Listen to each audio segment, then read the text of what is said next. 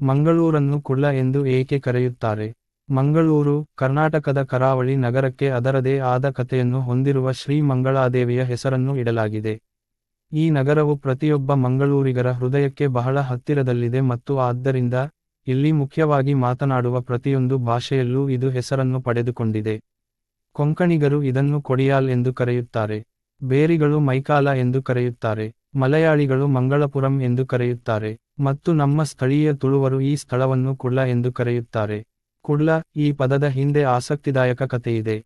ನೀವು ಸೂಕ್ಷ್ಮವಾಗಿ ಗಮನಿಸಿದರೆ, ನಮಗೆ ಹತ್ತಿರದ ಕದ್ರಿ, ಹಂಪನಕಟ್ಟೆ, ಕಂಕನಾಡಿ, ಅಥವಾ ದೂರದ ತಲಪಾಡಿ, ಬಜ್ಪೆ, ಮೂಡಬಿದ್ರೆ ಮುಂತಾದ ಕೆಲವು ಪ್ರದೇಶಗಳು ಗುಡ್ಡಗಾಡು ಮತ್ತು ಜೆಪ್ಪು, ಗೋಳೂರು, ಕಾವೂರು, ಕೊಟ್ಟಾರ್ ಮುಂತಾದ ಕಡೆಗಳಲ್ಲಿ ಇಳಿಜಾರಾಗಿವೆ. ಈ ಅಸಮ ಸ್ಥಳಾಕೃತಿ, ನಗರದ ಪ್ರಮುಖ ನದಿಗಳಾದ ನೇತ್ರಾವತಿ ಮತ್ತು ಫಲ್ಗುಣಿ ಮತ್ತು ದೈತ್ಯ ಅರೇಬಿಯನ್ ಸಮುದ್ರವನ್ನು ಸಂಧಿಸಲು ಮತ್ತು ಮತ್ತಷ್ಟು ಹರಿಯುವಂತೆ ಮಾಡಲು ಇದು ಸ್ವಾಭಾವಿಕವಾಗಿ ರೂಪುಗೊಂಡಿದೆ.